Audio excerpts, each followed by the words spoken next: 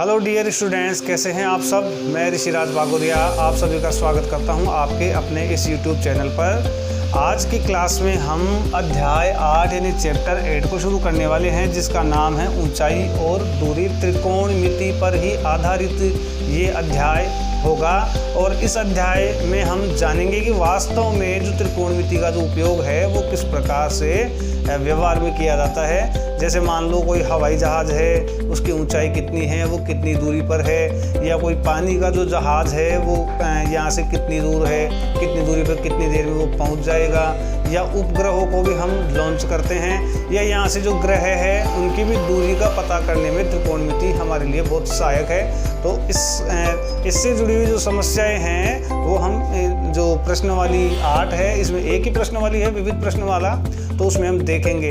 तो इनको सीखने के लिए आप क्लास के एंड तक ज़रूर रहे, वीडियो में अंत तक बने रहें। अगर नए हैं तो चैनल को सब्सक्राइब करें और पसंद आने पर लाइक ज़रूर करें और अपने दोस्तों से भी शेयर करें। तो चलिए आज की क्लास हम शुरू करते हैं।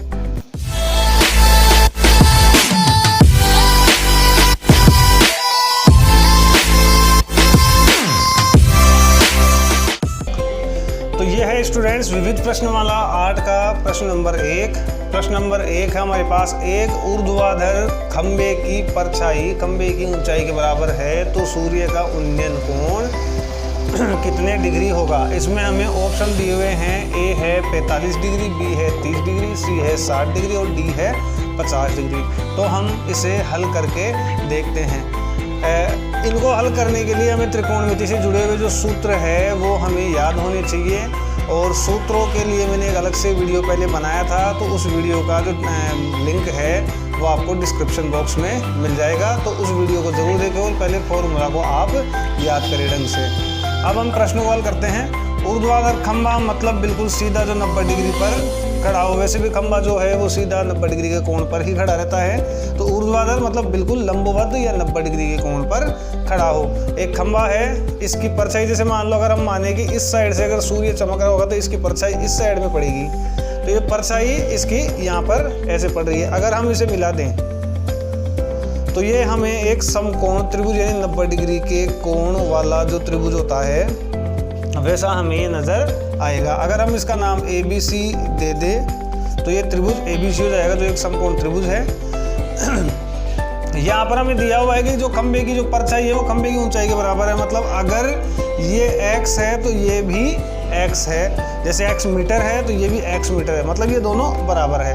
तो हमें पता करना है कि सूर्य का उन्नयन कोण हमेशा बनता है नीचे की साइड में, जहाँ से हमें ऊपर की तरफ देखने की जब ज़रूरत पड़ती है तो वो उसे हम उन्नयन कोण कहते हैं। अवनमन कोण का जैसे ही प्रश्न आएगा तो आपको अवनमन कोण के बारे में भी बता दिया जाएगा। तो ये उन्नयन कोण यहाँ पे बन रहा है, तो ये कितने डिग्री का बनेगा ये हमें पता करना है। तो अगर देखो त्रिभुज ABC में देखें हम, त्रिभुज ABC में जो थीटा है ये है C, तो थीटा जो C है इसलिए इसका जो लंब है जो थीटा के सामने जो होता है एक समकोण त्रिभुज में तो वो होता है लंब, तो इसका ये लंब है AB, और इसका आधार जिस पर थीटा स्थित है ये होगा BC।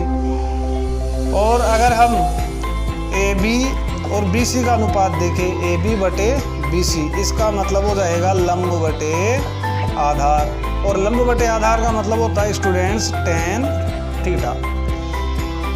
तो AB बटे BC या लंब बटे आधार, तो AB की और BC की जो नाप हमारे पास में है x बटे x बराबर tan थीटा।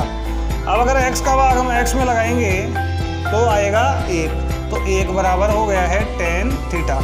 और जब हम त्रिकोणमिति जो अनुपातों की जो सारणी है उसमें देखेंगे तो हमें पता लगेगा कि tan 45 डिग्री का मान 1 है। तो इसलिए हम यहाँ पर कह सकते हैं कि ये जो tan 45 1 की जगह पर हम ले लेंगे tan 45 बराबर है tan थीटा। तो tan से tan कैंसिल होने के बाद में 45 डिग्री बराबर हो गया है थीटा, मतलब कि थीटा बराबर है 45 डिग्री। मतलब ये जो कोण है सूर्य का जो उन्नयन कोण है वो कितने डिग्री का होगा, 45 डिग्री का। थर्ड क्वेश्चन स्टूडेंट्स अपने पास में 15 मीटर लंबी एक सीढ़ी एक ऊर्ध्वाधर दीवार के शिखर तक पहुंचती है। यदि यह सीढ़ी दीवार के साथ 60 डिग्री का कोण बना रही हो तो इस दीवार की ऊंचाई कितनी होगी। ऑप्शन अपने पास में है 15√3 मीटर, बी 15√3/2 मीटर, सी 15/2 और डी है 15 मीटर। तो हम इसे हल करके देखते हैं। तो हम मान लेते हैं जैसे ये है दीवार, इसे हम दीवार मान लेते हैं। दीवार है तो सीढ़ी हमेशा इस तरीके से तिरछी लगाई जाती है और इन दोनों को हम मिला देंगे तो ये हमें एक त्रिभुज के जैसी आकृति नज़र आ रही है। ये 90 डिग्री का कोण है।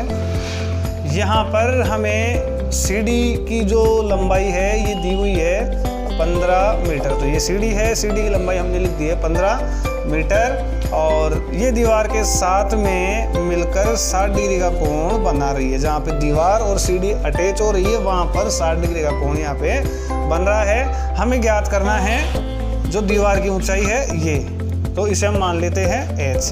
तो देखो त्रिभुज ABC में अगर हम लंब, आधार और कर्ण की बात करें तो थीटा बराबर इसमें है a। तो a के सामने है BC, तो जो BC है अपने पास में ये हो गया है लंब और जो थीटा है ये स्थित है AB पर। तो यहाँ पर आधार हो गया है AB और 90 डिग्री के सामने वाला जो AC है ये अपने पास में हो गया है कर्ण। तो कर्ण बराबर है AC। अब अपने को ज्ञात करना है AB अपने पास में है AC, इन दोनों का अनुपात यानी बटा के रूप में हम इनको बनाएंगे। तो हम करके देखते हैं AB बटे AC। तो AB बटे AC, AB हमने यहाँ पर क्या लिया था, आधार था और AC अपने पास में था कर्ण। तो आधार बटे कर्ण बराबर होता है कोस थीटा। तो इसी के अनुसार तो AB की माप अपने पास में है h और AC की जो माप है अपने पास में ये है 15। सामने हम करेंगे कोस 60 डिग्री और h बटे 15 बराबर कोस 60 का मान होता है स्टूडेंट्स 1/2। ये सारणी में देखकर हम इसका पता कर सकते हैं। सारणी को आप देखना नहीं चाहते हैं एग्जाम में, आप ये चाहते हैं आपके सामने सारणी बुक तो होगी नहीं, तो सारणी बनाने के लिए भी मैंने इससे पहले वीडियो डाला हुआ है, तो उसका लिंक भी आपको डिस्क्रिप्शन बॉक्स में मिल जाएगा। तो उससे आप ये त्रिकोणमितीय अनुपातों की जो सारणी है वो आप बना सकते हैं और आराम से इनको हल कर सकते हैं। अब हम करेंगे वज्र गुणा। h को हम 2 से गुणा करेंगे तो 2h और 15 को 1 से गुणा करेंगे तो 15। तो h बराबर हो जाएगा 15/2 मतलब 7.5। तो 15/2 यहाँ पर हमें लिखा हुआ है, तो इससे आगे हम इसे हल नहीं करेंगे। 15/2 मीटर इसका आंसर है, मतलब सी जो ऑप्शन है वो इसका राइट आंसर है। ये है students question number 4। Question number 4 अपने पास है 10 मीटर ऊंची मीनार के शिखर से पृथ्वी के एक बिंदु का अवनमन कोण 30 डिग्री है।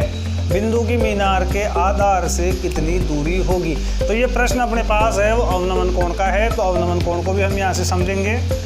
10 मीटर ऊंची मीनार है, पहले हम मीनार को ले लेते हैं। जैसे मान लीजिए ये मीनार है और इसकी जो ऊंचाई है ये है 10 मीटर जो कि हमें प्रश्न में दी हुई है। मीनार के शिखर से पृथ्वी का एक बिंदु, जैसे मान लो ये कोई एक पॉइंट है और इस पॉइंट का ये नीचे की लाइन तो हम खींच लेते हैं पहले। इस पॉइंट से इस शिखर को भी हम मिला देते हैं पहले। इसका अवनमन कोण, तो अवनमन कोण बनाने के लिए स्टूडेंट्स हमें क्या करना है, ऊपर की साइड में एक सीधी लाइन एक खींचनी है, बनानी है, क्योंकि अवनमन कोण जो बनता है वो हमेशा नीचे देखते टाइम पर बनता है। जैसे हम नीचे की साइड में कहीं पर देख रहे हैं तो यहाँ से यहाँ पर देखते हुए अगर दृष्टि को यहाँ पर रखा जाए और नीचे की साइड में देखा जाए तो यहाँ पर जो कोण बन रहा है ये बन रहा है 30 डिग्री का। तो ये हो गया अवनमन कोण। लेकिन स्टूडेंट्स काम में बिल्कुल उन्नयन कोण के जैसे ही यहाँ पर आएगा। इस कोण को हम, क्योंकि ये दोनों समांतर रेखाएं हैं तो इनमें ये एकांतर कोण होने की वजह से ये 30 डिग्री होगा। तो काम में हमारी यही आएगा बिल्कुल उन्नयन कोण की जैसे ये क्वेश्चन सोल्व होगा। बस हमें आपको दिखाना यहाँ पे है अवनमन कोण को, क्वेश्चन आपका बिल्कुल राइट होगा। तो ये ABC इस त्रिभुज का हम नाम ले लेते हैं और हमें ज्ञात करना है B से सी की दूरी, आधार बिंदु की मीनार के आधार से कितनी दूरी होगी ये हमें पता करना है। तो ये दूरी हम मान लेते हैं x मीटर। अब देखिए त्रिभुज ABC में हमें पता करना है, इसका हमें ज्ञात है ये, मतलब हम यहाँ करेंगे AB बटे BC। तो AB बटे BC का मतलब ले लो, AB जो है वो थीटा के सामने, मतलब ये है लंब, और जो BC है इस पर थीटा स्थित है, मतलब ये है आधार। मतलब लंब बटे आधार का मतलब हो गया यहाँ पर tan थीटा।